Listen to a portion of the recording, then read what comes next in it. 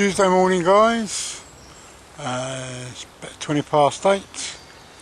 It's a fine day. It's going to rain later apparently, so I'm making the most of the blue and rather clear skies. Down here, it's a rather tall plant, which I think I've got it in shot. Yep, there, right in front of you. That's called sow thistle. A little bit more on that later. And here we are, beautiful. Nice meadow with some cranesbills, poppies, and long grasses. In fact, there's a rather good little book I've got indoors that deals with all grasses, and it is surprising how many types of grass there are. You know, it's again, it's an interesting subject for the amateur naturalist, which all bushcrafters, I would hope bushcrafters are at heart. But then some bushcrafters I know just like to go out and sink a few beers. Anyway, I'm going to shut down and just going to make my way up to the lake and then walk around it, see what there is. Bye guys. Well, it's very pleasant through here today. I've seen many vestiges of some woodland management. Few trees limbed and one or two coppiced, and they actually waymarked some of the paths, as you can see here. I'm not sure why. I mean, the paths are quite natural to follow. It's interesting to see what they're getting up to in these woods. I just hope they don't over manage the wood. Now, I've just been thinking that most people yearn for prime woodland, primal woodland to walk through or to be in, and particularly in the UK, and I would say on the continent itself, the majority of woodland isn't actually wild really. It's all got the hand of man upon it somewhere, where they've been coppicing and managing the woods for fuel and what have you. There's a rowan here, as you can see. They've been limbing it and chopping it around. There's a nice piece of rowan wood. It's nice and still green. Maybe get something out of that. I'll have a think about that. I'm going to take it with me. Yeah, it's a thing to think about really. You know, the woods we travel in and we play in and we do our little bushcrafty woody wood skills thing, on the whole isn't pristine anymore. It's all got the hand of man, as I said, and for good or ill it's quite pleasant, and it brings up strange shapes. Look at that sweet chestnut there. Actually it's sweet. No, it's a beech that's been bent over. I've been carving up a piece of beech, and by carving it you can actually realise how it sheds its limbs, because in the middle it was quite rotten really. Bit of a fungal infection I think. Anyway, I'm going to move on to the next scene in a moment. There's a little doggy still there, never too far away, trots around, things take his interest, eats the grass. Anyway guys, cleared a bit of ground and I've got getting some wood ready now to make a base, and going to have an open fire today, a bit of an open fire. See what happens. So I just fancy having an open fire today. I don't often have these out in the woods. So trusty Jack Law, batten some wood down. See what happens.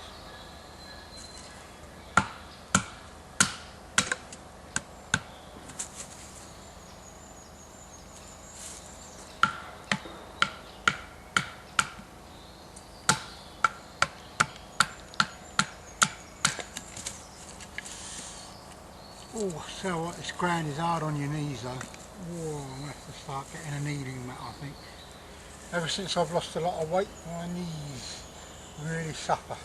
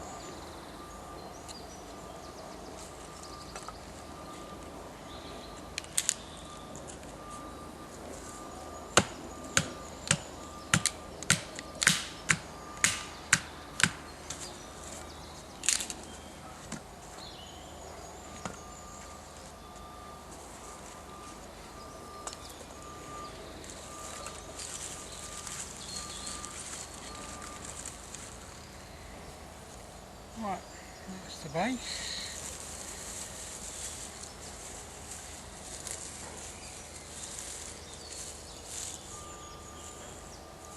It's in the bundle there.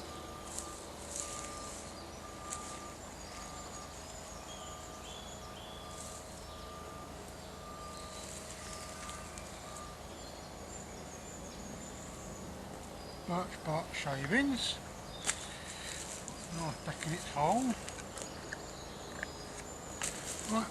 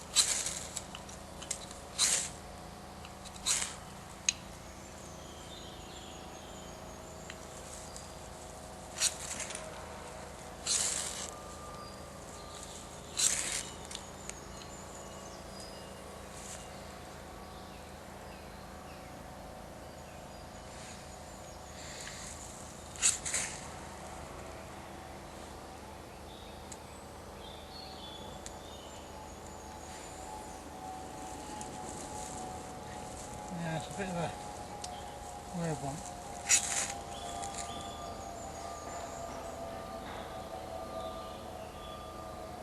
She's catching but not for very long.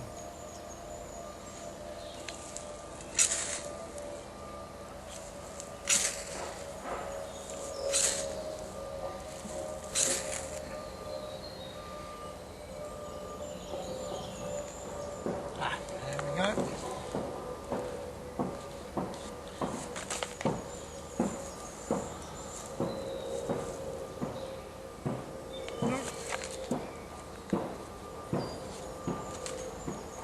I think it's a major fail on my part, guys. Not meant to be, but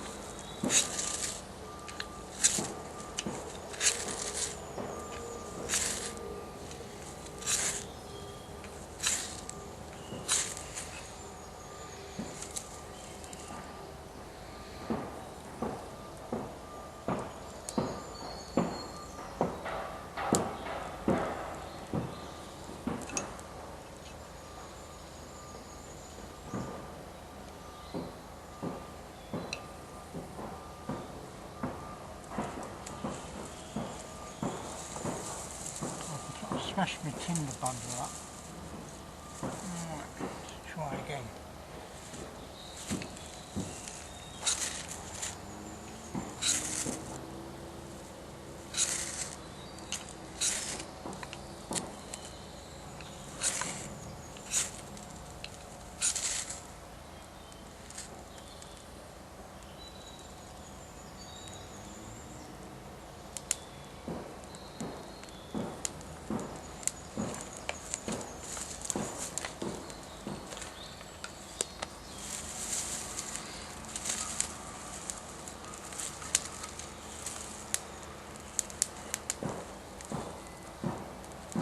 Sometimes you just need a little bit of patience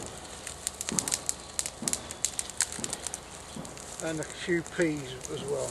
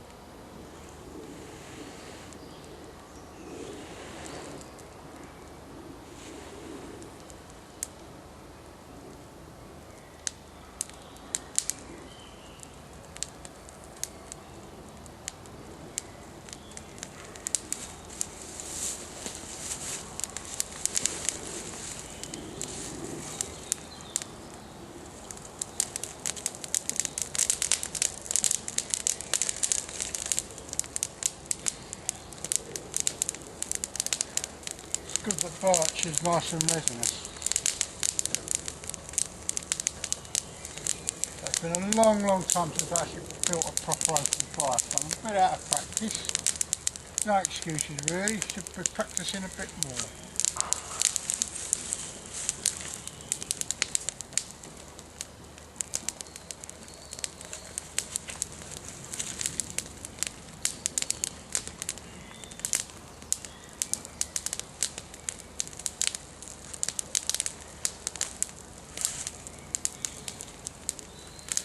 Oh, it's nice and hot as well.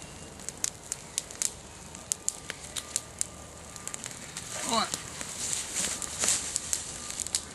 As you saw, I did clear the ground a bit beforehand, and actually what I've swept back will be great for when I put the fire out and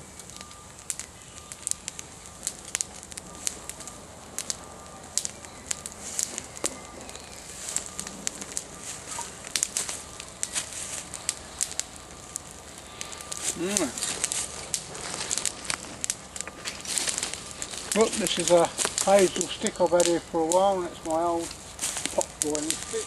I shall be using that to put the kettle over the fire in a bit. Just going to build the old gal up.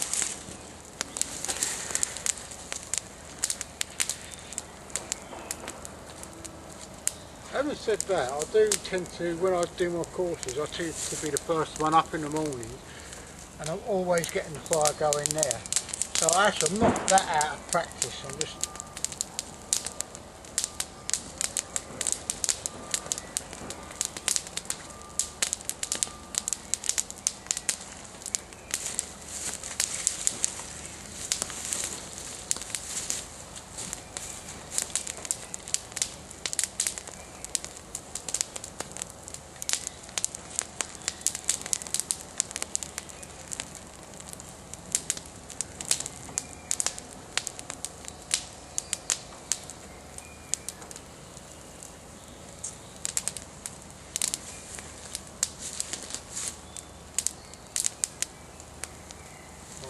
coming to. I'm going to get bits and bobs really.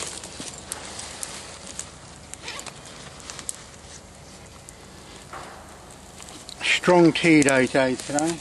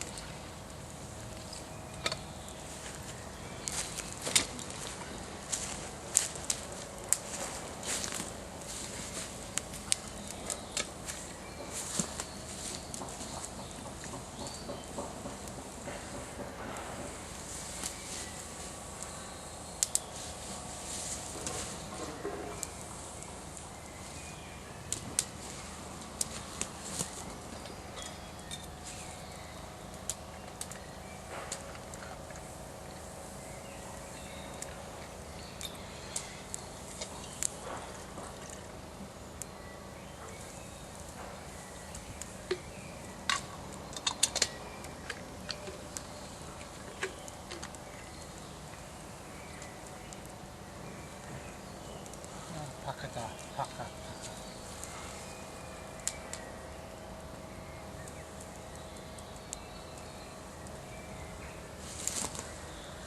Makes it come forward a little bit.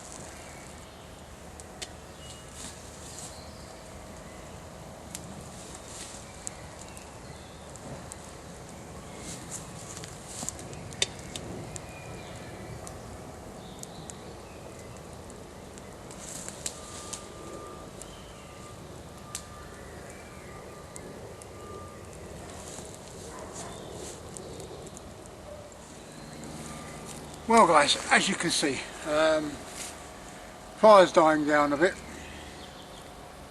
I'm just going to let it die down now. I've brewed my water up. The fire was actually more or less unintentional today. I wasn't going to, I got my little Trangia triangle, but I thought, past the down birch, and I thought, I think I'll have a fire going. Got all the twiggy bits and all the kindling, and managed to cobble together some tinder, which you saw. Wasn't too successful at getting it to light first time, but patience is a virtue. And got the fire going and put the kettle on, and I've got a nice tea brewed up. I really need to practice my open fires a bit more. You know, practice makes perfect. I need to be able to get out and get it lit first time, not struggle like I did then. But it's all grist to the mill. So I've been watching a lot of YouTube vids on cooking, what people call bushcraft cooking, but basically it's backwoods cooking. Some are pretty strange, some are very weird. I did see one guy trying to bake an egg and bacon in a burdock leaf, but he cracked the egg into the bacon, and it was semi-successful. It is my intention to do a whole range of bushcraft videos on cooking, or a whole range of cooking videos covering all different meals, from your early morning meal right up to lunch and maybe some dinner. Obviously different ingredients, different cooking methods. No Dutch ovens, because for me they're too heavy to carry around. I travel lightweight or lightish, so it'll be all done in billy cans and what have you. And to that end I did buy a new cook pot set, because I want to do a bannock in an oven. And those of you who have done some courses might understand what I mean by a bushcraft oven. It's basically a nesting cook pot set, one inside the other, a few little stones underneath to lift it, or something to give it an air gap. You just put it by the fire to cook out. I'll be doing bannock. I'm going to experiment with the bannock. I want to cut down the flour content, and I'm going to put in ground almonds to offset the carbohydrate content. That's a personal thing. My diet is changing slowly. I'm having to cut carbohydrates down quite a lot for medical reasons. But say for the bushcraft breakfast, I've seen mostly people do fry-ups in the woods. You know, got their pan on there, chuck an egg in, fried egg. I don't like fried eggs in the woods. I don't know why, it just doesn't. See, I can have a fried egg at home. In fact, I had lovely two fried duck eggs this morning, bacon and mushrooms, but in the woods I'm going to roast an egg. There's a very good book called Food in England by Dorothy Hartley. Anybody interested in cooking or the history of cooking in this country, I would recommend getting it. It's a very, very good book, and it has plenty of hints and tips for the outdoors cook as well. And in there she mentions about roasting an egg, and basically it's popping it by the fire, small hole in the top, and you have a little pointy stick and you keep poking the white out as it boils up and seals the hole there. You've got otherwise the egg will explode. And it's a really good way of cooking eggs. Cooking duck eggs is a pain that way, it just takes forever. But chicken's eggs, great. And there you go. I'm going to work on minimalist cooking for the breakfast. That'll be just a kettle to boil the water. Everything else, maybe a skillet to do the bannock, maybe I'll do the bannock on the ashes, on the fire itself. Everything else just will require the fire, and maybe a skewer, and that's it. I don't know, something's creeping around out there somewhere. Anyway, so as I come in this morning, I picked up this.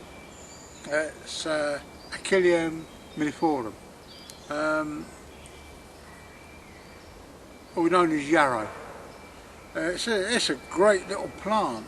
I can use it as a bit of a pot herb, finely, sparingly, not too much. You can chop the leaves up into a salad.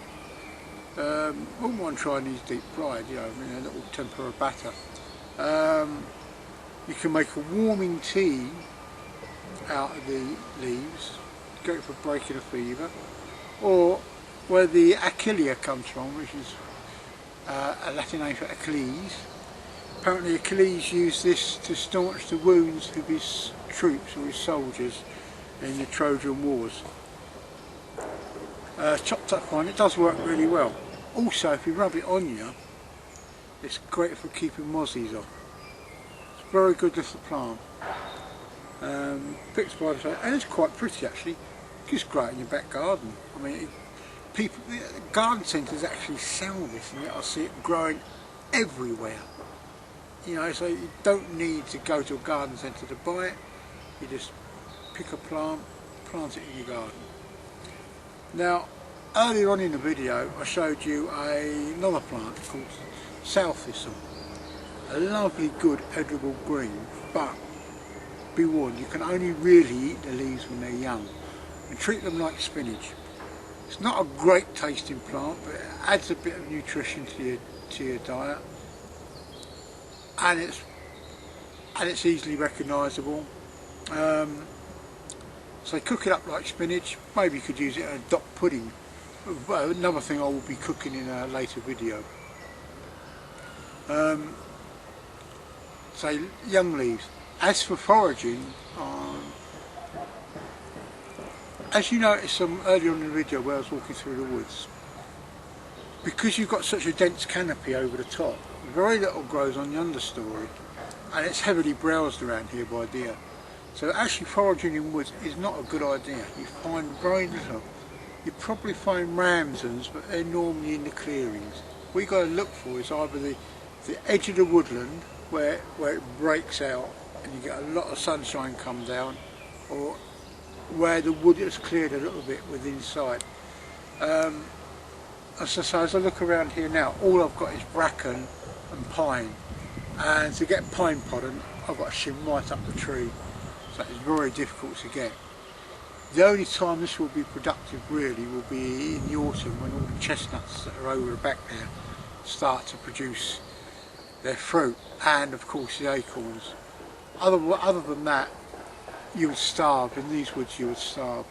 And on the whole, the majority of woodland isn't productive in a food resource at the moment.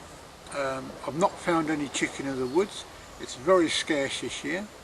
In fact, I'm quite surprised. I would have expected to see some. Well guys, my tea is brewed, my lunch is waiting for me, and I'm going to turn this off for a minute. I may be back in a minute, and I might just to say a cheerio, but I'm going to sit back, kick up my heels and enjoy a little light lunch. Some avocado and salt beef and a bit of cheese. See you in a bit guys.